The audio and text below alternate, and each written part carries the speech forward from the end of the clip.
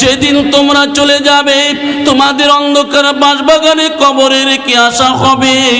তোমাদের বিবি বাচ্চা কেউ সঙ্গে যাবে না, তোমাদের পিতামাতা কেউ সঙ্গে যাবে না।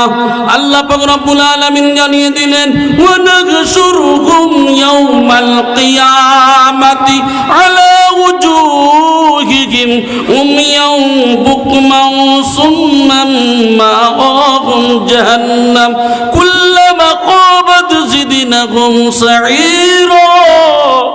আল্লাহ জানিয়ে দিচ্ছেন ও বিশ্ববাসীরা, আমি আল্লাহ পাক রব্বুল আলামিন কি করব? আমি কিয়ামতের দিন, কিয়ামতের ময়দানে এই সমস্ত মানুষদেরকে যাদের মাথাটা নিচের দিকে থাকবে, পাটা উপরের দিকে করে, এদেরকে হাসরের ময়দানে নিয়ে যাওয়া হবে। হাসরের ময়দানে যখন নিয়ে যাওয়া হবে, মাথা নিচের দিকে থাকবে, পা উপরের দিকে থাকবে। সাহাবায়ে কেরামেরা জিজ্ঞাসা করেন, ইয়া রাসূলুল্লাহ, ইয়া হাবিবাল্লাহ, হুজুর কেমন করে সম্ভব মানুষ কি মাথার উপরে ভর করে চলতে পারে? আল্লাহর নবী বলেন, আরে সাহাবীরা, আমি রাসূল জানিয়ে দিলাম যে আল্লাহ দুইটা পায়ে ভর করে চালাতে পারে, ওই আল্লাহ কি মাথার উপরে ভর করে চালাতে পারে না? পারে না, পারে না, কথা বলেন। যে আল্লাহ দুইটা পায়ে ভর করে চালাতে পারে, ওই আল্লাহ মাথার উপরে ভর করে চালাতে পারে, অসম্ভব কিছু নাই গো। কিয়ামতের ময়দানে মানুষদিগকে নিয়ে যাওয়া হবে। আর আয়েশা রাদিয়াল্লাহু তাআলা আনহা قالت قال رسول الله صلى الله عليه وسلم, হাদিসের মধ্যে জানানো হলো, হাদিসটা হযরত আয়েশার বর্ণনা। আল্লাহর রাসূল সাল্লাল্লাহু আলাইহি সাল্লামকে বলা হলো, ইউসারুন নাসু ইয়াউমাল কিয়ামা, হে আল্লাহর রাসূল, হাসরের ময়দানে মানুষকে যখন নিয়ে যাওয়া হবে, মানুষকে একত্রিত করা হবে, সেই সময় কি হুফাতান উরাতান গুরলা, মানুষগুলি পায়ে জুতা থাকবে না, তাদের পরনে পোশাক থাকবে না, খাতনা বিঘ্ন অবস্থায় হাসরের ময়দানে উঠানো হবে। ওই সময় বলা হলো, কুলতু ইয়া রাসূলুল্লাহ, হযরত আয়েশা বলেন, ইয়া রাসূলুল্লাহ, ইয়া হাবিবাল্লাহ, হুজুর সেই সময় কি আন-নিসা ওয়ার রিজালু জামিআ, ওয়া আল্লাহর নবী, আল্লাহর রাসূল, সেই সময় কি বেটা ছেলে আর মেয়ে ছেলে সবাই কি উলঙ্গ অবস্থায় থাকবে? হাসরের ময়দানে যখন থাকবে উলঙ্গ অবস্থায়, ন্যাংটা অবস্থায়, বেটা ছেলে এবং মেয়ে ছেলে উভয়ই কি থাকবে? আল্লাহর নবী জানিয়ে দিলেন, আল্লাহর রাসূল বলেন, ও বিশ্ব বিবি আয়েশা রে, ওই দিনটা এমন একটা দিন, যে দিনটা হলো বেটা ছেলে এবং মেয়ে ছেলে হাসরের ময়দানে একত্র হয়ে থাকবে। আয়েশা, ওই দিনটা এত কঠিন দিন, যেই দিন একে অপরের দিকে তাকানোর সুযোগ হবে না।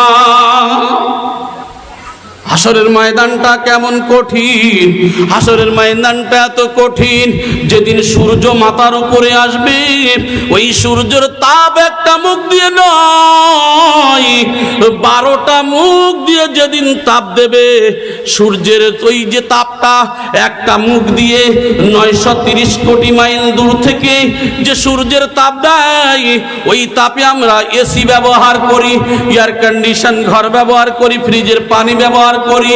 ও আল্লাহর বান্দা, একবার কি হুঁশ নাই? ওই সূর্য মাথার উপরে আসবে, যে সময় আমার আপনার মাথার উপরে এসে একটা মুখ নয়, দুইটা মুখ নয়, এই যে 12টা মুখ দিয়ে যখন তাপ দেবে, সেই সময় মাথার চাঁদি ফেটে চৌচির হয়ে যাবে। সেই সময় মাথার ঘিগুলো টকবক করে ফুটতে ফুটতে নাক কানের ছিদ্র দিয়ে বেরিয়ে যাবে। ও বিবি আয়েশা, সেই দিনটা এত কঠিন দিন, কেউ কারোর দিকে তাকাবে কেমন করে? যেদিন মানুষগুলো চিন্তায় নিজের আঙ্গুলগুলো চিবিয়ে খেয়ে খেয়ে ফেলতে ফেলতে নিজের কোনই পর্যন্ত চিবিয়ে খেয়ে ফেলবে।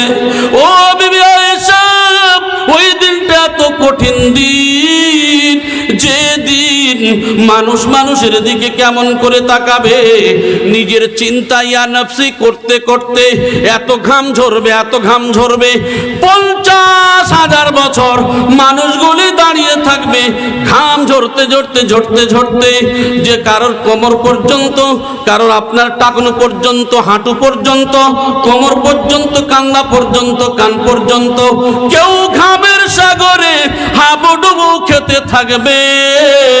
ও বিবি, ওই দিন তার জন্য হযরতে মুসা আলাইহিস সালাতু ওয়াস সালাম, নবী ঈসা আলাইহিস সালাতু ওয়াস সালাম, হযরতে আজরাইল আলাইহিস সালাতু ওয়াস সালাম, হযরতে জিবরাইল, আল্লাহর বিখ্যাত বিখ্যাত মালাইকারা, আল্লাহর নবীগণ কিছু রয়েছেন যারা নিজেরা উম্মতের কথা ভুলে গিয়ে শুধু বলবে ইয়া নফসি ইয়া নফসি, আমার উপায় কি, আমার উপায় কি।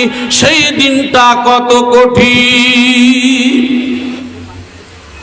সেদিনটা কত কঠিন, যে সময় কেউ সাহায্যকারী থাকবে না, ওই দিনটা বড় কঠিন দিন। তাই বলি গো আয়েশা, ওই কিয়ামতের ময়দানে মানুষগুলিকে উপস্থিত করা হবে, মানুষদেরকে বিচার তো নেওয়া হবে, বিচার নিতে নিতে আরো কত হাজার বছর কেটে যাবে সেটা আল্লাহই ভালো জানে। যেদিন বিচার দিনের আমার আল্লাহ বিচারের কাঠগড়াতে নিজে হাকিম হবেন, নিজে বিচারক হয়ে বিচার করবেন, ওই দিনকে বিচারের স্থলে সেদিনকে দেখবেন না এত ধনী ছিল, এ দেশের পার্টির নেতা ছিল, এ এত বড় প্রধানমন্ত্রী ছিল, এ মুখ্যমন্ত্রী ছিল, এ এমন হুজুর ছিল, এমন ব্যক্তি ছিল। সেই দিনকে আল্লাহ কাউকে দেখবেন না।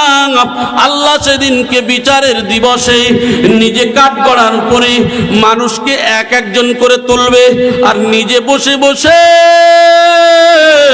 একজন একজন করে হিসাব নেবে। সেই দিনটা হবে বড় কঠিন, বড় কঠিন।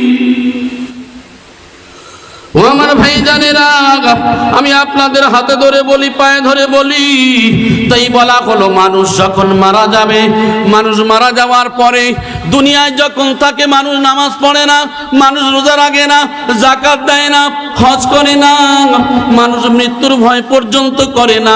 মানুষ যখন মারা যায় কবরস্থানে চলে যায়, কবরে কেন মাটি ফেলা হয় না, এখানে কেন ঘেরা হয় না, এখানে কেন এই সমস্যা, তাড়াতাড়ি করে মাটি দাও, এখান থেকে পালিয়ে যায়, ইমাম সাহেব কেন দেরি করে, এমন কথা বলে না, বলে না? সারা দিন রাত সব কিছু থাকবে, দুনিয়ার সব কাজ করবে, কবরে মাটি ফেলা হয়নি কোন কবরস্থানে যাওয়ার পরে বলে। যদি দেরি হয় এখনো কি করে হয় না কেন? মিয়া একবার ভাবেন না, ওই জায়গাটা তো আপনার প্রথম মঞ্জিল, প্রথম ঘর কোনটা? কবর। সেখানে গিয়ে আপনি তাড়াতাড়ি করছেন, আপনার বাবাকে দিয়ে আসতে গিয়ে, আপনার দাদুকে দিয়ে আসতে গিয়ে, আপনার সঙ্গী সাথীদেরকে আপনি দিয়ে আসলেন, কই ওটা নিয়ে কই একবার ভাবলেন না একদিন আমার ওই লাশ হয়ে ওখানে যেতে হবে? তাই তো জানিয়ে দেয়া হলো, আল্লাহর নবী সাল্লাল্লাহু আলাইহি সাল্লাম বললেন, আল কবরু আউয়ালু মানজিল মিন মানাজিলিল আখিরাহ। মানুষ মরে যাওয়ার পরে প্রথম গাড্ডা হলো কবর। ওই প্রথম গাড্ডা যে কবর, তাই বলা হলো মানাজিলিল আখিরাহ। ফাইন্না জামিনহু ফাবাদাহু আইসারা মিনহু ওয়া ইল্লাম ইয়ানজু মিনহু ফাবাদাহু আসাদ্দু মিনহু। ও মানব জাতিরা, ওই যে কবর থেকে, ওই মঞ্জিল থেকে যে বেঁচে যাবে, তার জন্য সমস্ত জায়গাগুলি সহজ হয়ে যাবে। কবরের প্রথম গাড্ডা থেকে যদি মানুষ বেঁচে যায়, সব জায়গা তার জন্য সহজ হবে। আর কবরের প্রথম গাড্ডায় যদি ধরা পড়ে যায়, তাহলে তার জীবনে দুঃখ দুর্দশা ছাড়া আর কিছু নাই।